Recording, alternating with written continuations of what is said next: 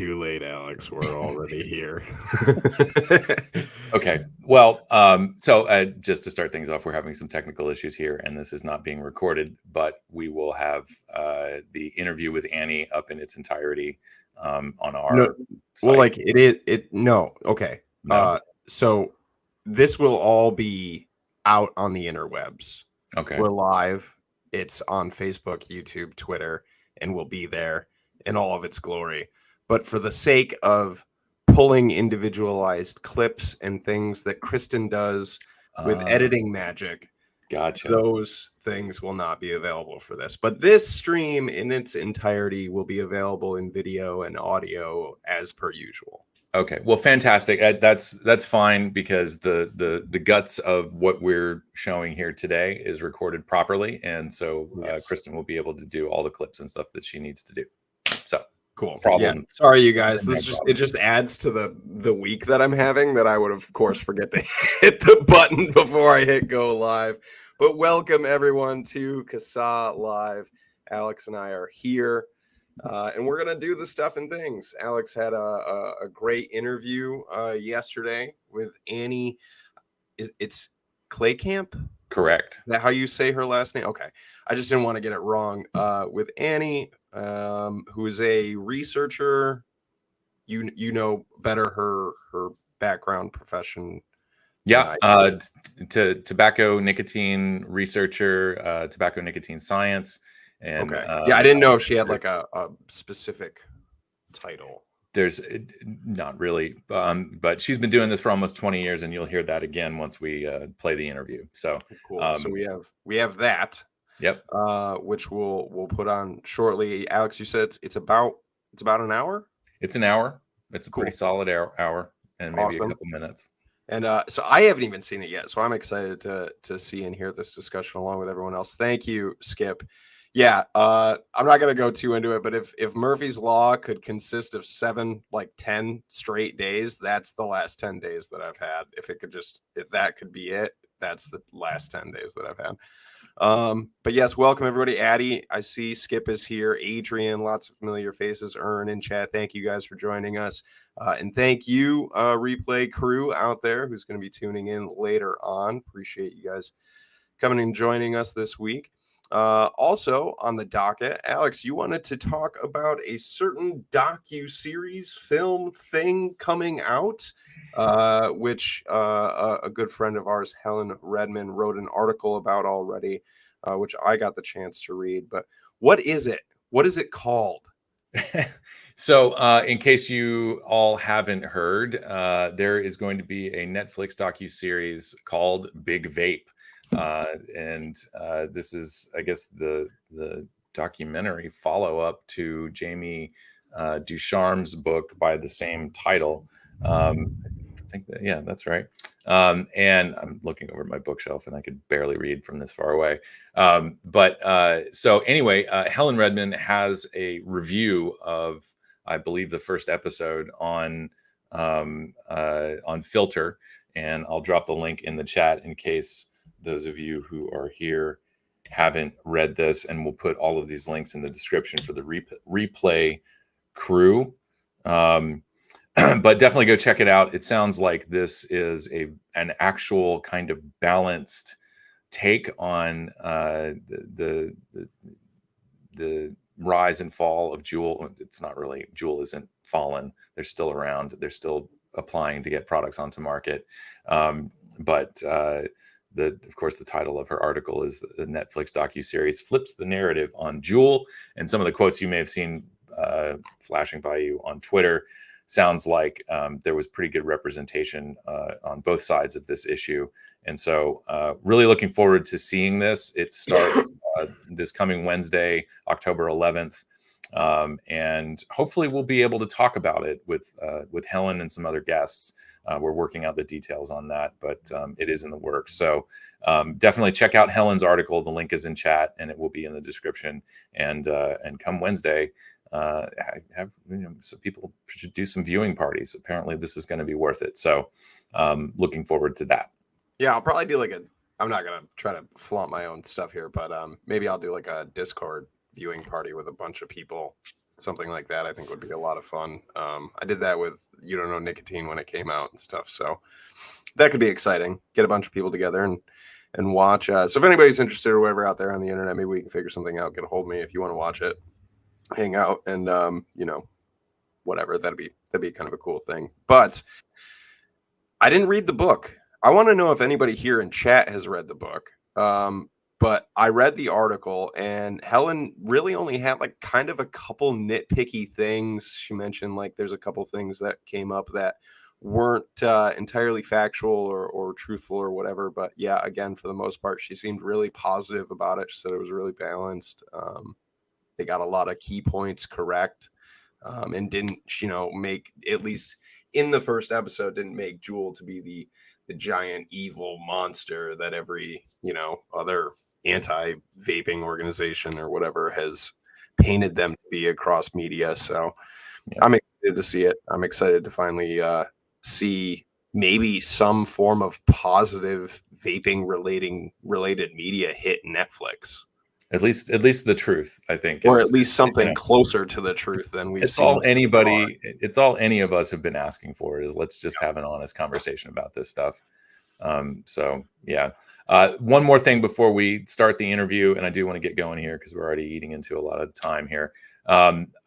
People should be aware of a bill in Congress. This is HR 5715.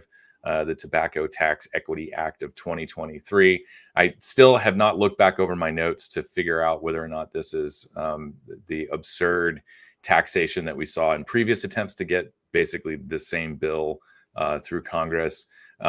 Congress is in shambles right now, so I don't know that this has a very good chance of getting through something. Worst case, it gets shoved into an omnibus budget bill, but we know from past experience that things get taken out. It is a tax parity bill, basically taxing all tobacco products at the same rate as cigarettes. In previous attempts, it turned out that vapor and other low-risk forms of nicotine and tobacco were being charged way more than what you would see on cigarettes. So I don't have any confidence that they've worked out the math on this. And this gives us an opportunity to communicate with lawmakers that this is a bad idea, no matter what the success or failure rate is of a piece of legislation like this. So be on the lookout for that. I'll probably be putting something together next week. This is not like an emergency type of situation, but it's good to get people communicating with lawmakers. So we'll get on that. What was the bill number again? 5715. 5715. So something to definitely keep our eyes. HR 5715. 5715. Something to keep our eyes and ears on. And yeah, like you said, it's always just a good opportunity to reach out to lawmakers, speak to your representatives and whatnot. We don't have to wait till the last minute, the house is on fire kind of situation to voice our opinions and concerns with our policymakers. They represent us. That's their job. So, all right. Whenever you are ready, sir, I suppose, and whenever everybody else is ready, are you guys ready? All right. Too bad. We're going to play the video now. All right. Just so, without further ado, my interview with Annie Kleykamp, I will take us out and roll the footage. Tobacco and nicotine science for almost 20 years now. Okay, so thanks for joining us. In case it wasn't already clear, this is a pre-recorded CASAA live, so CASAA kind of live. And our guest today is Annie Kleykamp, who has been with us before on Twitter Spaces, been a great friend to CASAA, and been helping Danielle and I out working on our own article as a trio, and hopefully we'll get that somewhere soon. But for those of you who don't know Annie, she has been involved in researching tobacco policy and tobacco products, tobacco and nicotine science for almost 20 years now. I met Annie when she was working for Pinney and Associates, who has consulted for Reynolds and consulted for Juul, still and currently consulting for Juul. Annie has since moved on to bigger and brighter things, and is currently working at the University of Maryland. And we'll get right into this soon here, but I'm going to bring Annie on. There you are. Hi. Good. Thanks for having me. Yeah, thanks for agreeing to talk with me on a Friday afternoon. We'll tear down the illusion that this is happening on a Saturday right off the bat. And so the topic for today is older people who smoke and people being left behind, perhaps from the looming menthol ban that we keep hearing about from FDA. So to kind of set the table, let's talk about older people who smoke. Who are older people who smoke, and what? Why are we so concerned about this? Yeah, so we know that about it's ranged between 8 to 10% of the U.S. population are currently smoking who are 65 years and older. So 8 to 10%. It's stayed between that range for 20 years. They're the only age group that's seen no reduction in smoking prevalence. We know that there's also in studies looking at nationwide cessation interventions, tobacco control, older adults are not showing any changes in cessation. So part of the reason maybe people keep smoking into older age is because they're not able to stop at the same rate as other groups. And there's a variety of reasons that could be causing. I would say the literature is really limited on this age group historically, including myself when I was first studying tobacco around 2003.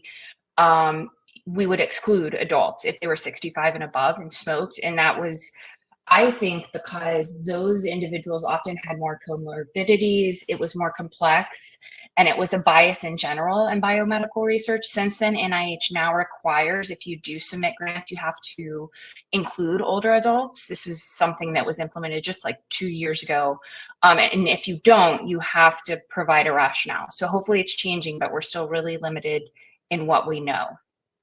So I'm sort of curious about the rationales. I mean, have you been able to see?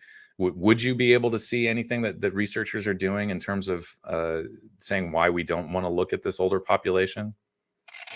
Yeah, I mean, I would say from my own experience, I think it was just neglect and probably ageism, and also an assumption that older adults who smoke, they've been doing it, that it's a whole other ball game. They've been doing it usually 40, 50 years. I wasn't conscious of that bias.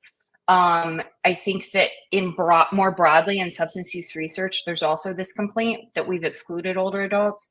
I hasn't been tested, but there's towards prevention in tobacco. And when we talk about cessation, that's like abstinence, right? It's a very abstinence focus. So if you get individuals that have tried quitting, maybe they're not interested in quitting, survey data, NISDA data for the US suggest older adults are the least likely to report wanting to quit smoking. So again, this is 65 and above. It's just this idea of like, damage is done, move on. And with this focus on prevention, and I think not tobacco harm reduction, it's really caused this gap in this forgotten population that is growing because of the older adult population growing. And people just persisting to smoke into older age, which I think is probably due to a variety of reasons that are important. Yeah, just from my own experience in treatment for substance use disorder, I know I was in, groups with older adults who, are now in early recovery. These are folks in their, mid to late 60s. And I do remember one person sharing that, one of their barriers to seeking treatment was they're sort of at the end of their life anyway. And so why bother? Which I think is sort of, it's kind of an unfortunate mindset to go into this because, we all have loved ones who are 65 years and older, and they've certainly got a lot of life left and a lot to contribute and a lot to experience. And having to sift through all of that just to have, enjoy the golden years of life is I don't know, it's pretty sad and pretty disappointing that people, I think, feel almost kind of resigned to that. And a lot of other, outside sources, I think, are kind of have a role to play in people developing that point of view. But to get maybe a little bit more granular here. So when we're talking about older adults, how does smoking kind of, we have other subpopulations within this older adult population. And so does smoking prevalence among all of these other subgroups, does that mirror the rest of the population, or are there other significant differences? So I think there's significant differences based on race and SES. So what you see is there's been a couple recent papers out. I'm happy to share, at the end of this, if anybody wants certain citations I mentioned, showing that low and persistent SES, so socioeconomic status, so that would be, say, an education level below high school combined with making, say, $15,000 or less a year, that's an example. Those individuals are more likely to smoke into older age. Also, smoking among older adults is much more common, and this has been the case since data were first collected in 1964 on smoking, right after the Surgeon General's report. Much more common among older Black males, non-Hispanic, than older white males. And that there's been about a mean difference between those two groups in smoking prevalence of 8%, which is since 1964, right? So we're over 50 years. I can't imagine the burden of death and disease. Older Black adults are more likely to die from smoking related disease. They're less likely to stop in controlled studies. And we know that, interestingly, Black, non-Hispanic, young adult, they start smoking later than, say, their age cohort that are white adults, but smoke longer. So I would say there's important race and SES disparities. And I recently presented some data on this using path data at SRNT earlier this year. And what we found too is that if you're just looking at adults, we had to do 55 and over because the path data oversamples young adults, and it's very underrepresentative of older. This is a commentary I want to write, another reason we don't know. But anyway, 55 and over, and we compared if you were smoking, your harm perceptions, if you were an older Caucasian white adult or older Black African American adult, non-Hispanic, and thinking that e-cigarettes were equally or more harmful was significantly more likely if you were not white and if you had a low SES, and your interest in switching to an e-cigarette was less likely. So I think there's really important differences that may mirror some younger groups, but I think it's a distinct population of older adults with unique reasons for continuing to use nicotine in different forms. Yeah, as we go on through this conversation about nicotine, we're certainly, at least among harm reduction circles, not the broad public health community, but acknowledging there are benefits and there is utility to nicotine, and certainly as we get older, we get tired and bored, and so there are things that can help us on that journey and turn things around. So certainly no begrudging people for continuing to use something that at least they perceive improves their lives. We just love for people to be able to have access to safer products. So I know that you have some slides to show, and there's some great visual representations of the numbers that you're talking about. And one of the really important points that has been weirdly celebrated in the past couple months, I think, is the reports that smoking prevalence among youth is at record lows. And so I thought one of the most shocking things to see was, I think it was for the past 2 years, smoking prevalence among young people since 2020 is lower than older adults. And we're looking by lower, we're talking about 5.3% among young adults, 18 to 24. I know there's some hubbub about that designation as young adults, and versus 8.3% among older adults. So I feel like I can intuitively figure out why that's significant, but maybe you could explain what is so significant about the youth population being so much lower than older adults. Yeah, so I think importantly, I think, in the past, there's just been this term hardcore smoker. And I know the smoker, calling someone a smoker, we don't want to do that. But, all this discussion in, say, 20 years ago. And some people like Stan Glantz have suggested that there's no such thing. But the concept to me aligns with being someone that continues to use nicotine, whether it's through cigarette, vaping, NRT, into older age. There's certain people that want it, that need it for whatever reason. If you want to get into argue about benefits or not, I mean, I wrote a meta-analysis published a decade ago on nicotine's benefits on cognition. It's a real thing if you have cognitive aging. So I think there's that part where it's showing that there's a persistence of use of this product, this nicotine, whatever it's in. And there is a reduction of smoking in young adults, which there's a lot of debate. I think it looks closely tied to e-cigarettes. But I think it highlights too the intersection of all of this with our aging general population. So for the first time ever in the year 2030, older adults will outnumber children, people under the age of 18. So you're not only getting a large drop in the young people smoking, you're getting no change for older adults, but more and more of us living longer lives, which is the goal, right?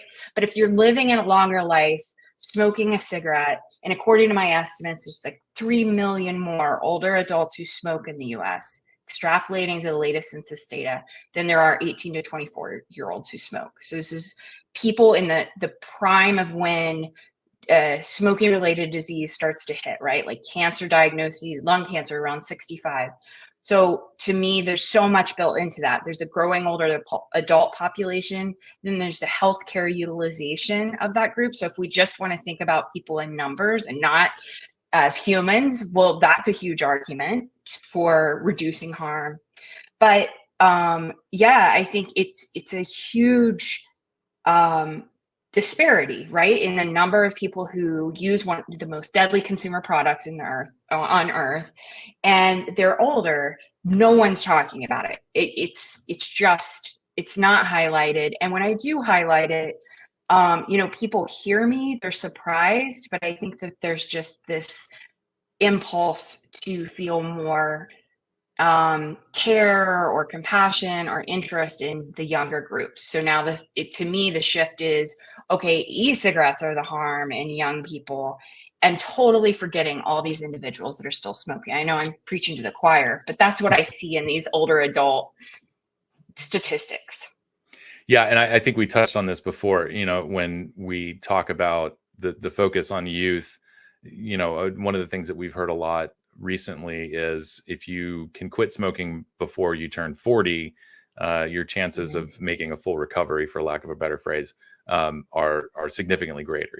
It's possible for your body to completely recover from smoking.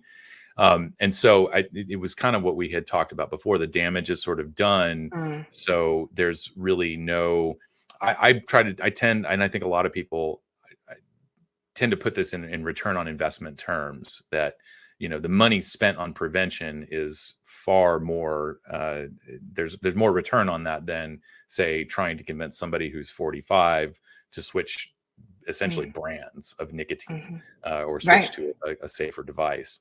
And I guess, it takes a little bit more effort to convince people, especially after 10 years of the public being told that these products are so dangerous.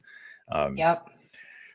So I think maybe that adds some color. I don't know the accuracy. I can't really get into the heads of the people, turning the wheels at tobacco control organizations. But that does seem to be a bit of a, it's almost like older folks are sort of getting sold out because it seems too expensive. The quit or die approach doesn't really work for them.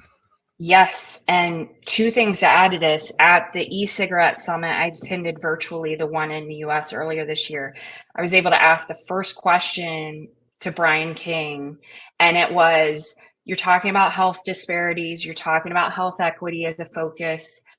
Older adults in the US have not had a change in smoking prevalence. It was all written out. And the person that read it, I think it was Tom Glenn, like he wasn't able to read it all. But what Brian King said, my question was, why isn't this a priority population? And he said, well, we got to follow the science. We need more science.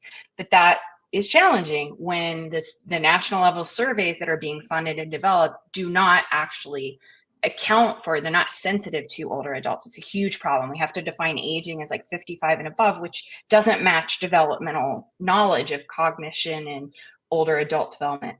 The other thing I want to mention for anyone watching that like knows someone that's smoking as an older adult, you are entering that, or you are, there are hard data, great data to suggest any time in your life, even in your 80s, if you stop, you can add time to your life. Now, for me, the bigger question is I want quality time to my life and other people, right? It's not just living. And that's where it really, harm reduction and nicotine as a pleasurable thing, as a, you know, is really important to me when I talk about older adults who smoke. It's not just, you don't want to just talk about cessation in that context, but I want to give motivation to people like switching. And of course, we don't have long-term studies. We barely have studies on older adults and e-cigarettes. Less than 1% of older adults in the US uses e-cigarettes, according to a national survey. But if you really extrapolate the biological plausibility of how e-cigarettes don't have carbon monoxide, they don't have all these carcinogens, and you're switching to that, you know, Ricardo Peloso has data on COPD symptoms and all that. I really do think, yeah, there is, if you're in that spot and you haven't switched, switching to non-combustible products could add a lot to an older person's life. Yeah, so and quality of life is Yeah. that's the key word there, I think. And certainly I have friends who you know, they quit smoking and switched to vaping, and COPD went away. And so, you know, I know that there are certainly people who have had it very long term, and you know, the damage, some of the damage is irreparable, but one way or another, I think a lot of people experience health benefits. It's certainly to the extent that you can now enjoy the rest of your life without having to lug around an oxygen tank or go to, you know, doctor's visits every month or week, or spend a lot of money on expensive prescription medication. So we've just sort of teed up a potential conversation by everybody's conflicts of interest in the industry and markets. So yeah, exactly. but not for today. So I think you know, the catch here is you know, again, with older people not being represented in surveys, and maybe they're overrepresented in policymaking, but we're on the steps of a menthol ban being implemented, and so whenever I think about the menthol ban, you're all to point out illicit markets. The illicit market is already here. I live in New York State, of course, where more than half the cigarettes, I think that ticked down a little bit, it might be below half, but around half the cigarettes sold in the state of New York are on the illicit or the gray market. Wow. And gray market actually covers things like, you know, tribal land. So it's a little kind of wishy-washy, but you know, New York certainly has a long, well-established history of organized crime, and we're dealing with all kinds of issues with greenlighting cannabis. There's still a robust illicit market here because the regulations are slow to roll out, and we're dealing with lawsuits and all this other stuff. So you know, it should not be a surprise to anybody that organized crime will step in and sort of fill the vacuum from, you know, that left by otherwise regulated retailers. But specific to this population, and the first thing that pops to mind is, you know, younger people are more prone to taking risks. I would assume that younger people are more inclined to buy vape or cigarettes out of the back of a Cadillac in a Walmart parking lot versus older people. But so is there what are the risks here to this population of older people who smoke in the wake of a menthol ban? Yeah, well, I would say, you know, I've been trying to sift through the menthol literature and a lot of the studies the FDA cites to understand how much of these are actually accounting for older adults. And I will say it's very few. A lot of them focus on youth, or they don't include older adults if these are controlled studies. And I'll show a couple of slides to just make sure I'm like clear on how I sort of describe what I think could be the issue. Let's see. So I already talked about the background. Okay. So let me just show, I sort of did an analysis, like a policy analysis of one of the modeling studies. Let's see here, window. All right. Let's see. Can you see that? Yep. Okay, great. Just added it to the screen. There we go. Nice. Okay. So what I did is I found, so this study, the Levy 2021, it's a simulation study of what would happen with a menthol ban. So I'll just walk you all through that. And then what I did is use what they said and analyze what I know about older adults and sort of predicted what could happen. So like in the, according to my best interpretation of the FDA's intentions and the simulation study, so the idea with a ban would be reduce smoking prevalence. So less initiation, more cessation.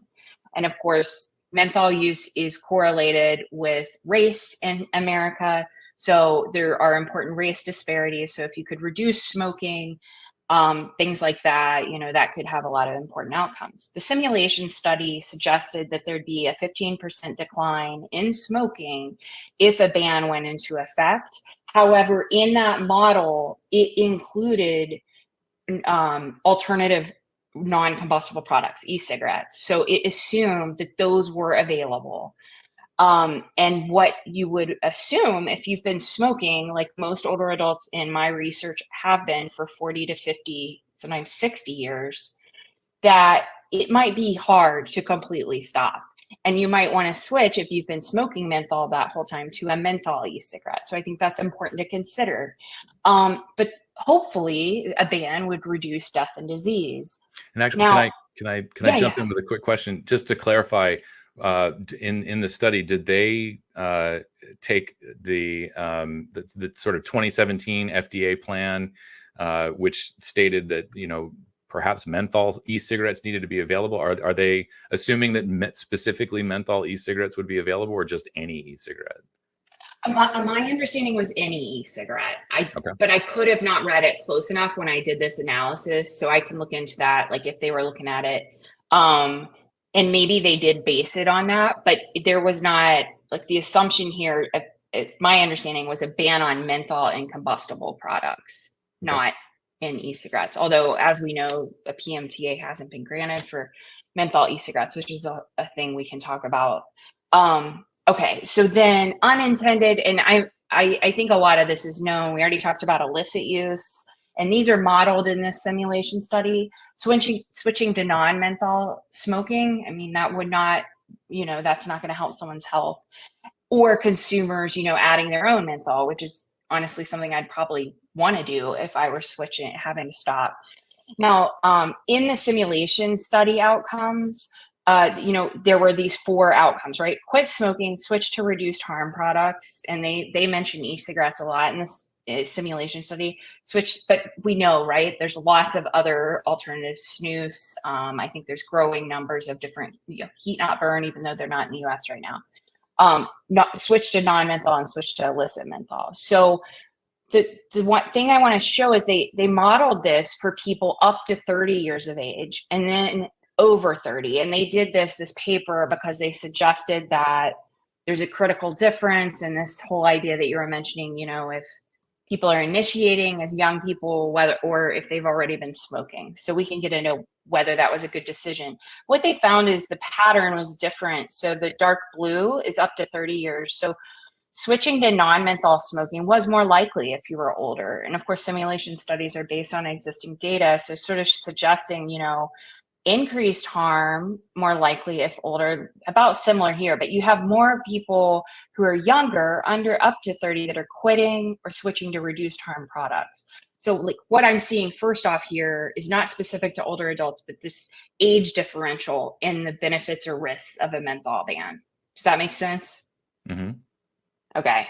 So what I'm doing here is breaking it down. All right, why do I think quitting smoking, switching to reduced harm products is less likely to older adults. So these are a bunch of just like sound bites, and then I'll get off this screen or we can talk about it.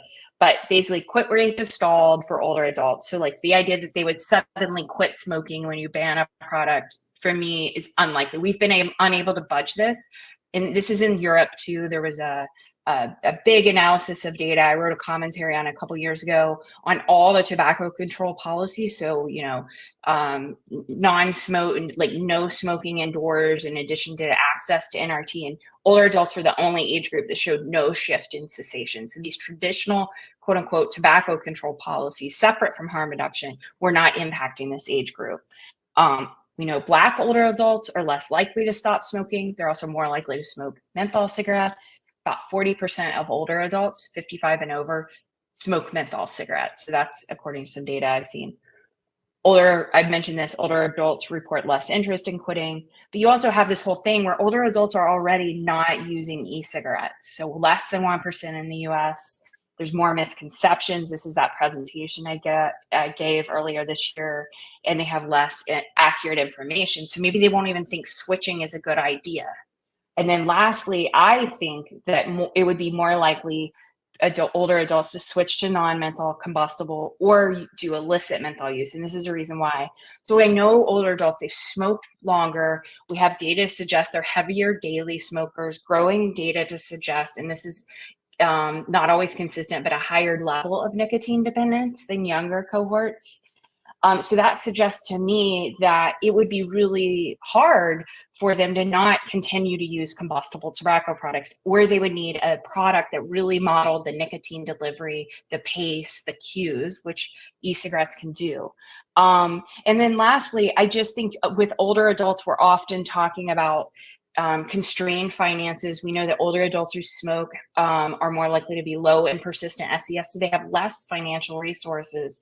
And, if a cigarette is still less, these are some data I found on cost, less than an e-cigarette, then why would an older adult spend, this income that they have very limited on that? So that is sort of like my breakdown. I know I was talking a lot, so feel free to let me know what you think, holes in the argument, but none of these things have been tested because we're not actually looking at menthol, the ban, in older adults. Yeah, and so obvious questions aside, first, this all seems very consistent with the study that I had seen out of Canada. And I'm certainly not approaching this with the same amount of diligence that you are, but this was something that came out, I think it was 9 months after the implementation or looking at 9 months following the implementation of the menthol ban in Canada. And the numbers were very similar. 60% of people just continued smoking. They just switched to something non-menthol flavored. And then you had the remaining 40% kind of split down the middle, 19 to 20% going to illicit sources, and the remaining 20 quitting. But again, this is only 9 months, and we know that quit rates decline after a year. And so that number is likely to come down. If it's on par with anything that we hear about NRT, 3 to 5% are probably that's the number of people who will quit as a result of this policy. And so, and I don't think I don't know that I have a question here. It seems that you've pretty well explained it. Is that one of the issues that we all talk about is when talking about new rules or regulations or strategies or interventions, it's all seemingly geared toward youth, and youth use is weighted heavier than adult use. And so getting a proper read on how overall beneficial something like a menthol ban may be, it's impossible until we start balancing out how things are weighted and actually accounting for older adults who smoke and what their quality of life is going to be like after such a policy. Right. Yeah. And I had mentioned this earlier, but not yet on the recording, but I say that a lot. There's a focus on youth, but I need evidence, so we are going through all the abstracts for the Society of Research on Nicotine Tobacco over the past 5 years. We've scored them. We have preliminary data from the past 2. I don't remember the exact numbers, but I would say the proportion that look at young adults only. So we define that as young adults or children, like less than age 24, is 80%. So we're getting, minimal, and this is in studies that are doing age focused analyses, which is really important, right? Because if you're just putting everyone in one bucket, that's the same thing as ignoring race or economic disparities, or even things like mental health or addiction, which we know intersect with smoking. So yeah, I think I've got to build more of a case through evidence on this.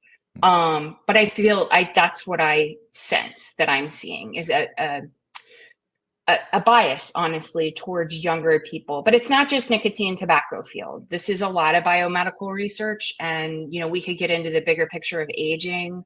It's a hard thing. I'm 45, aging, and it's complex, and it's maybe you feel more hopeful if you can prevent someone from doing something bad. I don't know what that bad thing is, but I'm honestly feeling a little over all of the prevention talk. I get we need that, but I would say I'm hyper focusing on middle age and older adults because of this reason. Yeah, and just from my own personal account, I one of the things that I like hearing about is people who are looking into, it's specific to this issue, folks who switch from smoking to vaping and see that improvement in their health, and then take other steps. Like now that I've quit smoking, maybe I can fix my diet, maybe I can start exercising or doing something like that.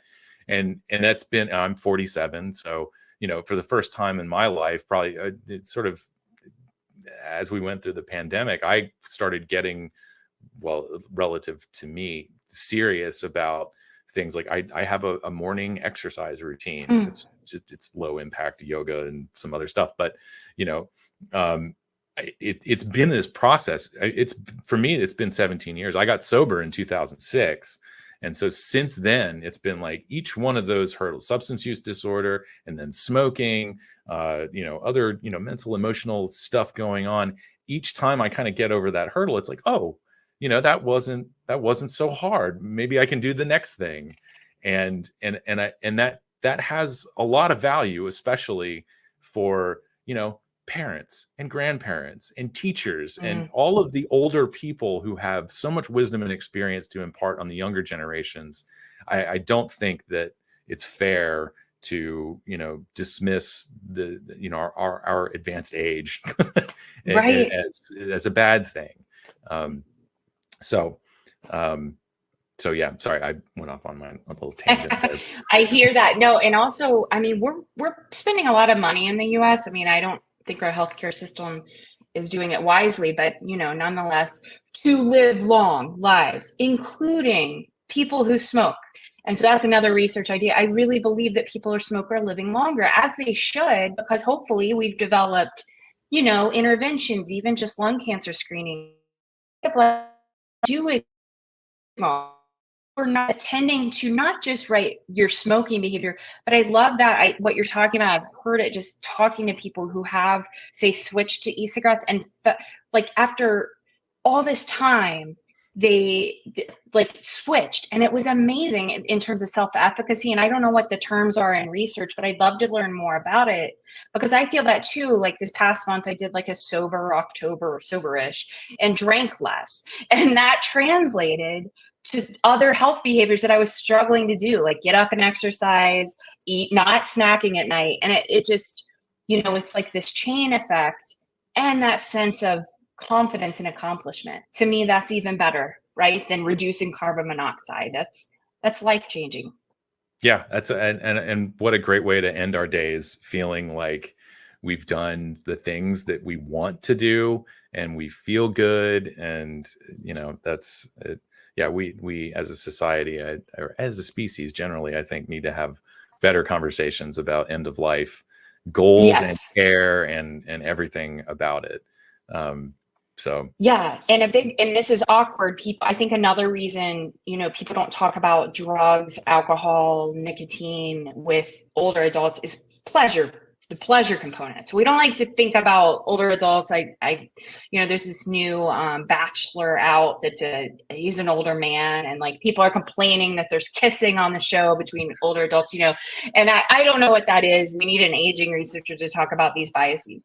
But we all need pleasure. Like I just don't, that's never going to go away. It's ingrained in the human brain and your whole life. It doesn't just, people suggest that you just age out of substance use or sex or gambling. It's like, absolutely not. And all the signals, by the way, for other substances are exponential increase in use among older adults. So opioid overdose rates, first time treatment seeking for opioid use disorder, alcohol binge drinking, and cannabis. And so what that tells me is people are looking for pleasure, or at least maybe a reduction from suffering. So say you have chronic pain and you're smoking more cannabis or eating it. Anyway, that's a long way of saying, like, I think that's another big part of where I want to go with this research is the component of pleasure, and why that's so important when you develop harm reduction products for nicotine or the other drugs like methadone, that's a harm reduction tool. Is like, people deserve that. It's really hard to go cold turkey. And also at the end of the day, you might be like feeling virtuous that you didn't smoke or drink or whatever negative thing you want to stop. Then you're just, maybe you're in a horrible mood, right? And so there's a way to do that a little safer. I mean, I know this is the whole point of what we're talking about, right? But I think even talking about that with older adults and pleasure is overlooked. Yeah, and I think you kind of opened up the door here for another thing another point I like to make, and also I think incorporating some of the comments Clive Bates has been making over the past year or two, this idea of pent up latent demand for nicotine. And a lot of this conversation, the anti groups that we encounter all the time don't want to give any kind of acknowledgement to people use drugs for reasons other than they were duped by clever marketing. But I sort of have this thing in my head, as we're seeing smoking prevalence come down, youth vaping is going up or went up. And it pulled back during the pandemic, and it's risen a little bit. We're still, I think, pre-17 levels of youth vaping right now. Did I say pre-2017? Pre-2017 levels. But, from what I understand, what I've read about substance use, and Dr. Carl Hart is the person I go to for this, Carl Hart and Stanton Peele, both seem to have dedicated their lives to studying substance use and substance use disorder and treatment and so on.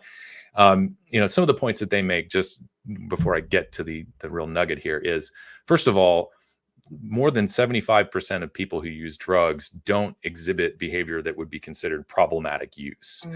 That means most people you don't even really know. These are people who are running perhaps Fortune 500 companies. They could be a school administrator. They could be running your local government. I don't know. And they just don't, there is no problem. They are able to manage or enjoy a particular drug, even if it's heroin, in a way that does not disrupt their life or put them at risk or other people around them. If there is any risk, they are the only ones experiencing it, and that's their choice as a free adult.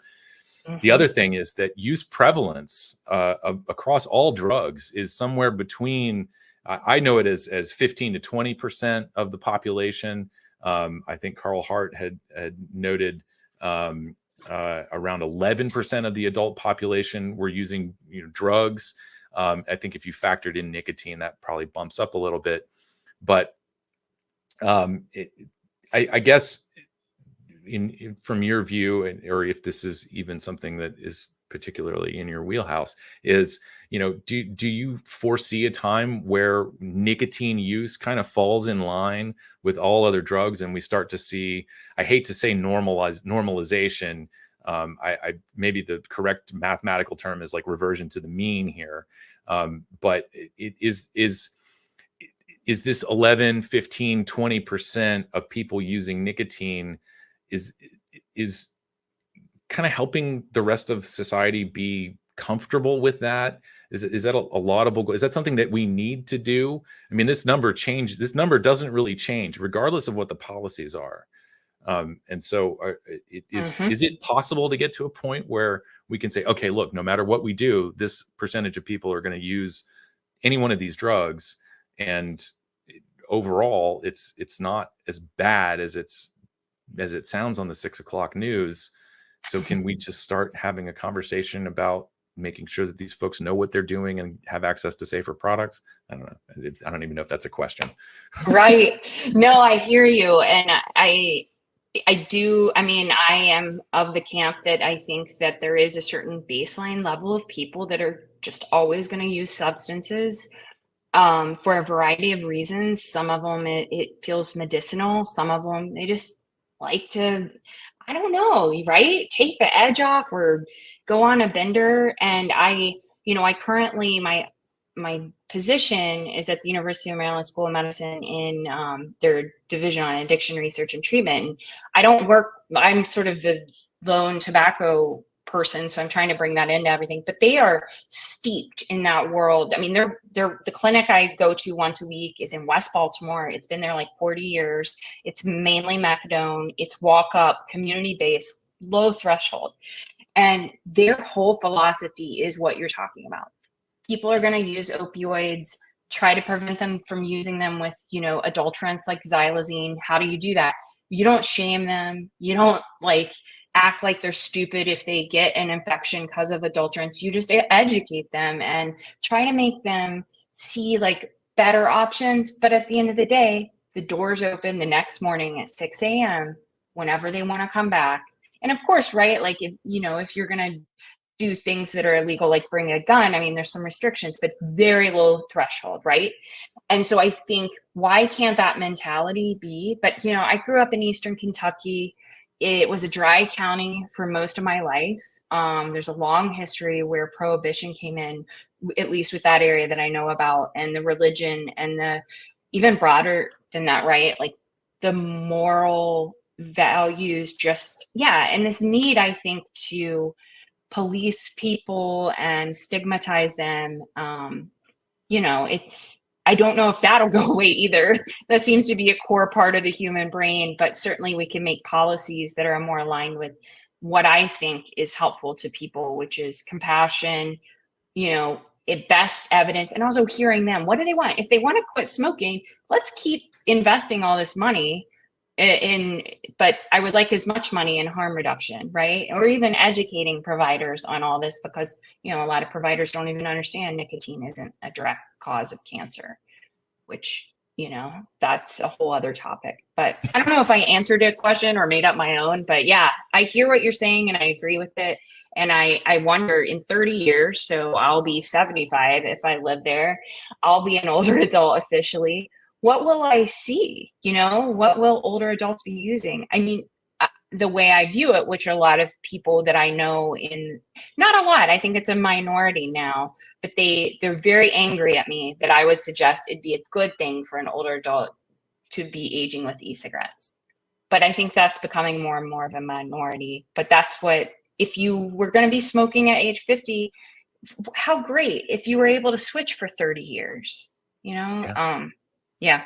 But I think that demand for nicotine, that desire for it, is persistent for some people no matter what. I think it bears out in older adults continuing to smoke despite horribly painful cancers, horribly painful COPD, because there's something about that nicotine. I think, yeah, sure, it's an addictive product, but bigger than that, right? And social aspects, cognitive aspects of using it. And also, just, it's not an intoxicating substance like alcohol or opioids, right? So if it's the one thing at the end of the day, or the first, maybe you limit yourself to 2 cigarettes a day, that just, helps you get through that. Like, how could you argue with that, right? Even if we know it's a dangerous product, just like binge drinking or something. Yeah. And I keyed off on a couple of notes. I think, the amount of investment into harm reduction, certainly there needs to be more, I think, especially in terms of research, but implementing harm reduction strategies, I think, is relatively cheap by comparison.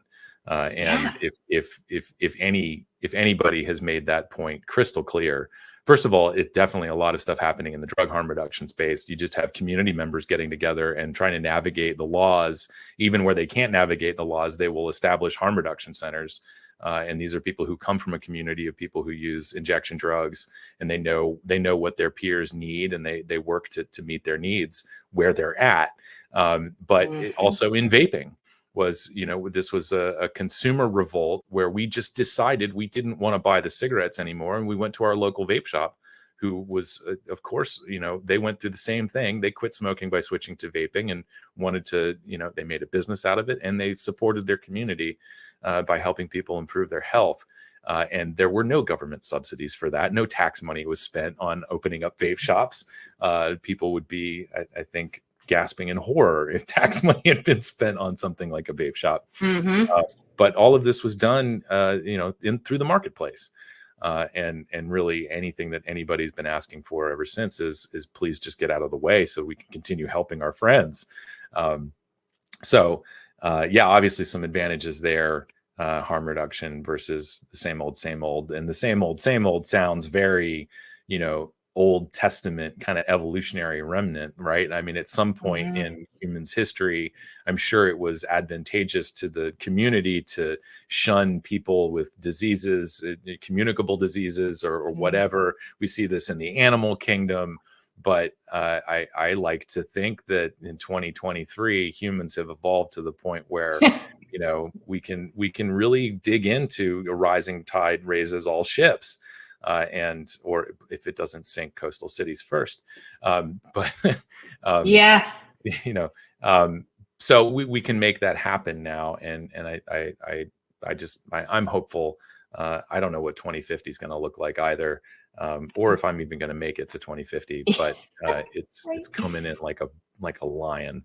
Well, related to that, there's a lot of growing research, of course, around stigma. We know that smoking is very stigmatized, that tobacco control policies have pushed that higher, sort of like smokers are forbidden areas, right? There's shame. We also know that intersects with age. So the idea that you're still smoking, even in the face of serious disease, and I would love to do more research on this, very little, but that's so stigmatizing. Why would you even ask for help stopping smoking, right? I wouldn't want to. I wouldn't want to mention that to my doctor. And if I did, and they just came back with varenicline or NRT that I've already tried a billion times or don't want to try, like it would just, not hearing it. So and I think with the stigma way to fight that, harm reduction directly aligns with that. It's meeting the person where they're at, having a conversation. One more thing to add to this that I've learned recently is, like, if you go on and study geriatric medicine, core components of that, so this would be medicine directed at older adults, core components of that are harm reduction.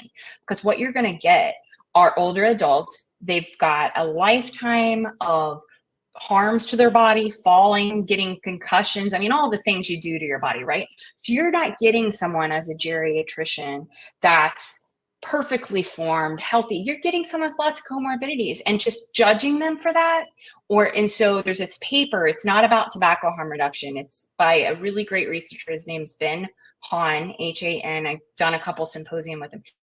It's on older medical doctor, and he says it is so natural to combine harm reduction with any substance type and aging, because that's the way we're already practicing it.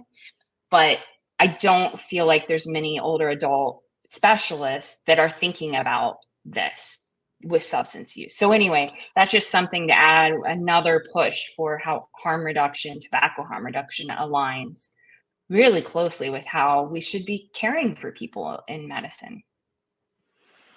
Yeah. Well, so we're coming up on the end of our hour here, and I promise to give you back as much time as I can. I know you're very busy, but Too busy. time for final thoughts, and usually there's always a good opportunity for a call to action, but I'm not quite sure if there is one here.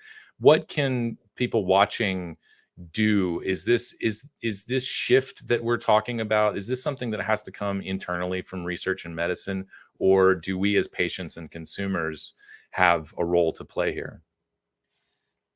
So, yeah, I think any volume, any loudness we can give to the topic of not just older adults. I mean, that happens to be where I talk a lot, but it's aging alongside tobacco use and the importance of people don't just fall off a cliff in their middle age. Like, this is a critically important population. So, I think anecdotal evidence, you all are doing a great job. You're out there. I can do a better job of standing up when, say, a menthol ban is announced in Maryland and talking, publishing things. And I think that what I keep hearing from FDA is more science, more science. And whether or not that's reality is like, I keep having to build the argument and put the word out like this so that everyone's taken into account when we're making huge policy decisions that really do impact a lot of people, and not just doing that because we happen to have a hyper focus on young people. And we have advocacy groups like Parents Against Vaping, Campaign for Tobacco Free Kids. There's no collaborating group, CASAA is the closest, to advocate for, say, grandparents for vaping or whatnot. So yeah, that's a really vague answer. I think just being able to speak with you today is awesome. I need to do more of this, and I just need to put my head down and stay focused on this goal of highlighting, middle-aged and older adults and tobacco harm reduction, and see what happens. But hopefully people can see the logic in this. I think it's a logical argument, and there's evidence building that we're missing a whole population of people. Yeah, very good. Awesome. Well, thank you again.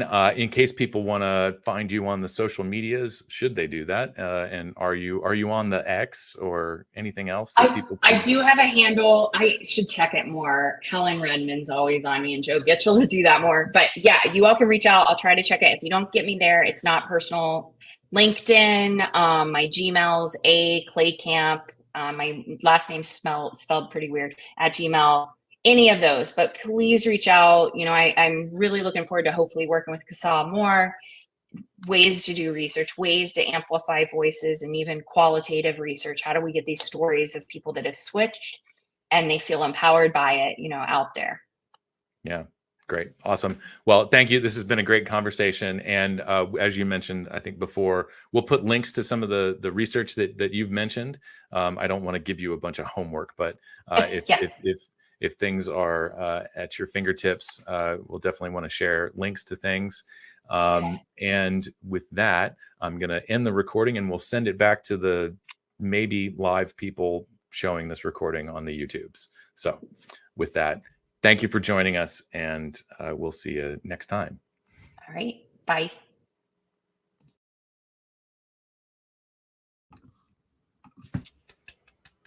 I would clap louder, but my hand hurts real bad. Well done. First of all, to you, that was a great interview, and huge shout out to Annie. There was just so many good points made along the way. Obviously, the big focus on our older generation, and how that just kind of gets out of focus. Like we focus so heavily on youth and prevention. I mean, we talk about youth vaping and smoking rates regularly at nauseum on this show. And even we don't give enough credence to necessarily talking about our older generation enough. And I know we do still regularly, but it's a discussion that we can also have, even more regularly than we do. One of my big takeaways, just being me, was the whole conversation about pleasure, which again is something we've talked about a lot here, but like that focus of pleasure in your older age, in your golden years, when maybe you're not able to be as active or go do all of these other things that once brought you pleasure. How are you seeking pleasure in your older age? And that, again, might be one of those reasons why people continue to smoke, or why we see the rates in drug use that we do in older populations and things like that. And that got gears turning in my head. So I thank you. The hamster in the wheel in my brain thanks you for that. Because it's like a light bulb went off. So I think that's thank you, Adrian, for my hand wound today, my razor blade through the hand today. But yeah, seriously, great conversation. Huge shout out to you and Annie for that. Gave me a lot of things to think about. I hope it also gave everybody here in chat and everybody watching the replay lots of things to think about as well. And definitely, over the years we've seen hashtags and things like that go across Twitter. What was the hashtag that we saw? It was like the Golden Oldies tour was a thing for a while where we discussed. That was a collection of testimonials that Lindsay Stroud spearheaded. It was the Golden Oldies Capital Tour, I think. Yeah. And Old Farts Vaping is something that's been around. Old Farts Vaping has been around for a while. Organically, there has been this effort to draw attention to the older generations, and Gen X better get ready because we're there. There's obviously a need here for policymakers and researchers to pay attention to older folks, this older population. And historically, it's older populations are, I hate to say something like a burden on the healthcare system, or and all of this, anything that we can do to provide accurate and honest information to everybody, honestly, but in particular our aging population, to improve their lives and take care of themselves and still enjoy what they're doing. It takes that financial burden off of them, off of their families, and off of the system at large. And so it's impossible to talk about this without my brain going towards sort of the business as usual conspiracy theories here that, there's a profit motive to keeping people sick, obviously. But I'm not in a position to point fingers at anyone in particular, but from a business perspective, it sort of makes sense to not give everybody all of their information. And you can say that about just about any industry, honestly. It's a big conversation. It needs to be bigger, and it needs to factor more heavily into the ways we assess the success or failure of policy. And again, before I ramble on to oblivion here, thanks to Annie for having that conversation with me, and support her work as she goes forward. Looking forward to what she does in this field, and certainly she's already done a lot. So hope to have her back on in the future to talk about her ongoing work and how all of this is hopefully changing the conversation. Yeah, for sure. And that stress that you guys not stress like anxiety stress, but you stressed, or Annie stressed, that that quantity of life is important. Extending our lives, living longer is important, and like you put an emphasis on how much we as a society have done and how much money and effort has gone into extending our lives. I mean, if you look back in the last 100 years, how much modern medicine has extended the human lifespan, which is fantastic.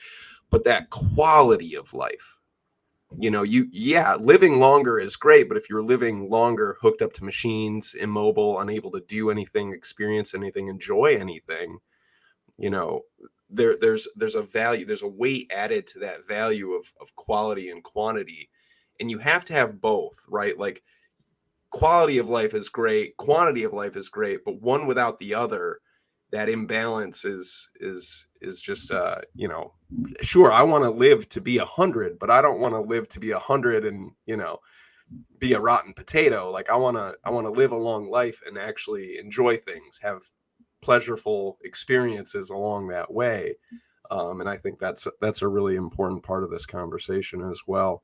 And just the vital role that harm reduction strategies and products play in all of that for all of us. So yeah, just great interview. Just fantastic. Gave me a lot to think about. Got a lot of light bulbs turned on and gears turning. So I appreciate you taking the time to do that. And thank you, everybody here, for tuning in, who stuck through the hour. That was the glorious Annie and Alex discussing, old farts and vaping and whatnot. So thank you. Do you have anything else before we wrap this program up today that you wanted to toss into the mix here? I don't. Just lots of thank yous. Thank you for the folks in chat. Thank you, Mark Sliss, for, again, your valuable input and perspective as a vape shop owner who persists in helping your community. I very much appreciate you, and I don't know that I get the opportunity to say that enough. So, and of course, everybody else who's been participating in chat, and everybody on the replay, thanks for tuning in. Yeah. All right, I guess I'll attempt the spiel. I've been really bad at the spiel this season, so head over to CASAA.org. Do it right now. You can leave the stream. Go, head over to CASAA.org. Sign up today, become a member. It's absolutely free. We don't bombard you with a million emails every day. You get the emails you need when you need them about what you need to know, to stay involved, to be informed, to fight this good fight. We are all CASAA, not just everybody here on the screen. Everybody in chat, everybody who's a member, everybody who participates, you have a voice, and I hope that you use it. And through CASAA, we can do that collectively, together, you guys. We are CASAA. And while you're there, if you haven't submitted a testimony about your journey, please do that. Share that. Your voice and your story matters. While you're there too, if you want to throw money to the cause, do that. Money is great. Donations are always welcome. And another great way to do that too is to pick up some sweet swag. You can check out our merch shop. Thank you, Danielle Jones, for all the incredible designs that she has available to everybody. You get to be a walking billboard of tobacco harm reduction. Check it out. Head over to CASAA. Check out the Facebook groups if you're hip to Facebook. I'm not super hip to Facebook, but if you're hip to Facebook, if you live anywhere in America as a citizen or just anywhere in America, we have a Facebook group. And I guess that's the spiel. I'm real bad at the spiel this season, you guys. I don't know. Did I miss anything? I think you did it. I don't know. Did you broadly find us on the social medias where, Oh, no, I did. We're on the social medias. There, I did the thing. Good job. CASAA Media everywhere. It's literally CASAA Media. We're on Instagram. We're on Twitter. We're X, I guess. I still call it Twitter. It's still Twitter. Refuse. I'm revolting against Elon Musk. We are there. We're on the social medias. Check it out, you guys. Follow us all over the place. Head over to SoundCloud if you like audio versions. SoundCloud, Google. We're on Apple. All the podcasts, all the places you listen to the podcasters. Audio versions available there as well. Yeah, the Weapons of Mass Disruption t-shirts, super dope. Check it out. I think that's it, you guys. I think we're out of here. It's just about it. I did want to make a programming note. So our next regularly scheduled CASAA Live will be on the 21st of October. But as I mentioned at the beginning, we're hoping to get something in the works to talk with some folks about this big Vape docuseries. And so we may have something sooner. So again, that's where the social medias come in real handy. And maybe we can send out an email in advance. But looking forward to that conversation. Hopefully we can get that done. And that may happen before the 21st. You said that premieres Wednesday, right? The premiere for the docuseries on Netflix is Wednesday the 11th. Yeah. Cool. All right. I guess I got to pay Netflix. All right, you guys. That's it, everybody. Thank you one last time for being here, joining us, watching the replay, all the great stuff. Go out, be excellent to each other, and just as importantly, be excellent to yourselves. We will see you next time here on CASAA Live. Oh, I got to push a button. I don't know where the button is. I got it.